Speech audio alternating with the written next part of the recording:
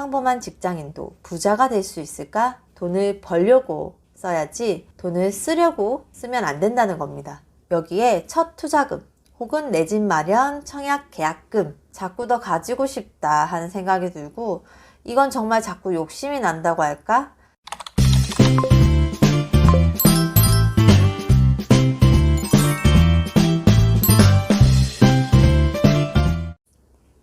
안녕하세요, 별난주비입니다. 누구나 부자가 되고 싶다는 생각 가지고 있죠? 하지만 누구나 사업으로 성공을 해서 수천만 원씩 벌 수는 없을 거고, 월 200만 원, 300만 원 버는 평범한 직장인도 부자가 될 수 있을까 하는 생각 가지고 계신가요? 월급쟁이도, 아니 직장인이 억대 자산을 달성하는 3가지 방법 말씀드릴게요. 이 내용들은 인생은 실전이다 하는 책을 참고했습니다. 첫 번째, 타인의 시선을 의식하지 말아라. 타인의 시선, 이것은 대부분 사람들이 브랜드를 소비하는 이유입니다. 제 생각에는 특히 SNS 속에는 정말 단편적인 모습들만 보이죠? 이게 가장 문제인 것 같습니다. 당장 필요가 없는데도 필요가 있는 것처럼 느껴지게 만들기 때문이죠. 보통 내가 가진 게 없을 때, 열등감이 있거나 자존감이 부족할 때, 이런 것들을 소비로 채우는 경우가 있습니다. 이런 감정들을 더욱 자극하는 게 SNS죠. 나는 없는데 쟤들은 있네? 좋아 보이네? 행복해 보이네? 나도 가져볼까? 하는 생각에 다다르게 되고요. 이런 소비의 굴레에 갇히게 되는 거죠. 잠깐은 행복할지 몰라도 오래가지 못하고, 남에게 있어 보이기 위한 소비는 남을 위한 소비이기 때문에 이는 가짜 행복입니다. 저도 스트레스로 힘들 때 이를 소비로 풀었던 적이 있었어요. 남을 의식해서라기보단 저에 대한 보상이었죠. 근데 돈을 쓰면서 보상받는 느낌을 받았는데, 소비의 대상을 찾을 때 SNS를 활용했던 것 같아요. SNS에 올리기 위한 소비는 아니었지만 소비의 대상을 검색하는 것으로 활용했던 거죠.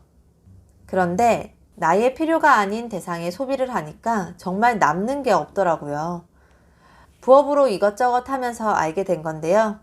SNS는 돈을 벌려고 써야지 돈을 쓰려고 쓰면 안 된다는 겁니다.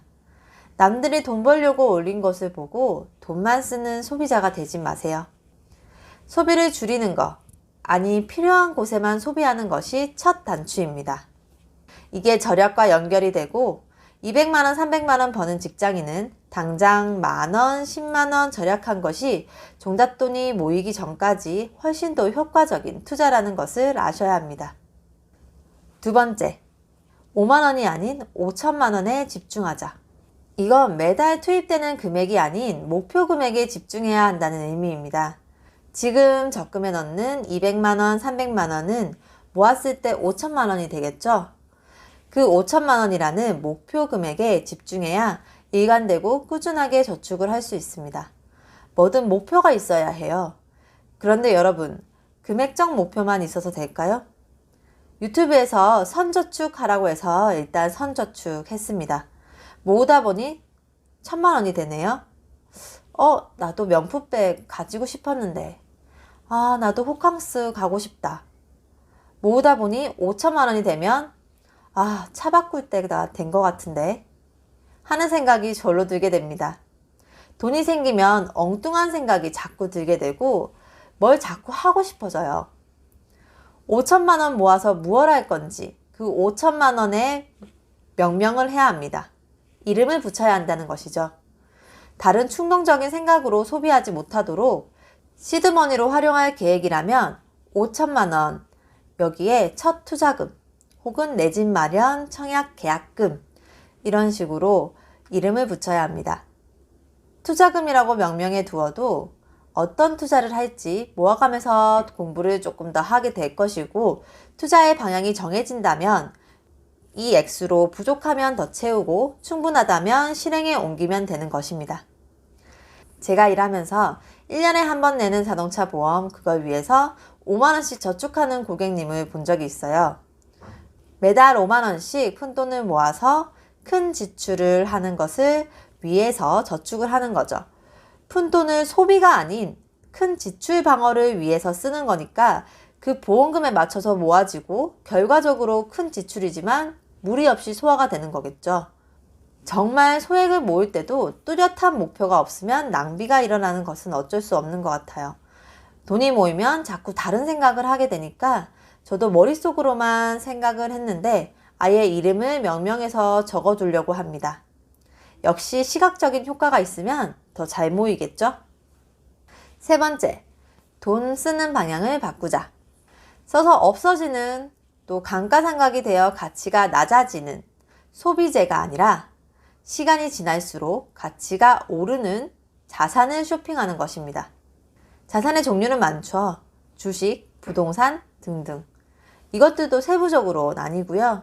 자산을 소유해보면 돈이 돈을 버는구나 하는 것을 체감하게 돼요. 소액이 아닌 어느 정도 시드머니가 되면 더욱더 크게 다가오죠. 물론 잃지 않는 투자는 국룰이니까 공부는 필수입니다. 하지만 너무 걱정할 필요는 없어요. 자산의 수익률을 터무니없이 잡지 않는다면 조금만 공부해도 안정적인 자산 쇼핑은 얼마든지 가능합니다. 돈이 없어서 못하는 거죠. 그래서 시드머니를 모으는 동안에 투자에 쓸 목표를 정했다면 그 투자를 어디에 할지 모으는 동안 열심히 공부하면 좋을 것 같아요. 막상 모아지고 고르려고 하면 멘붕, 마음만 조급해지거든요. 저도 아직 공부가 부족해서 조금 조급한 마음을 달래려고 노력 중입니다. 자산을 쇼핑하다 보면 자꾸 더 가지고 싶다 하는 생각이 들고 이건 정말 자꾸 욕심이 난다고 할까? 그래서 뭘 하든 조금 더 절약하게 되고 투자금을 늘리는 데 집중하게 돼요. 외식을 하려다가 냉장고를 파먹고 뭘 사려다가 집에 있는지 다시 확인해보고 다른 걸로 대체하고 그래도 좀 더 모으고 싶어서 부업도 시작하게 되었어요.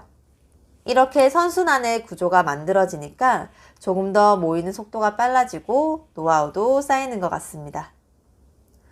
지금까지 월급 받는 직장인이 억대 자산을 만드는 방법 3가지를 알려드렸습니다. 불필요한 소비를 줄이고 뚜렷한 목표를 가지고 저축해서 자산을 쇼핑하며 소비의 방향을 바꾼다. 어찌 보면 추상적이지만 가장 핵심인 것 같습니다. 기초를 다지지 않고 건물을 지을 수 없는 것처럼 이 3가지가 바탕이 되어야 하는 거죠. 책에서 말하는 그러던 어느 날 자신의 필요와 목표를 생각하고 방향을 찾는 시점. 이것이 여러분에게 오지 않았다면 그게 오늘이 되길 바랍니다. 저에게 그러던 어느 날은 아이가 태어난 후였던 것 같아요. 방법보다 중요한 것은 시작하는 것, 멈추지 않는 것이라고 되어 있는데 정말 가장 와닿는 문구입니다.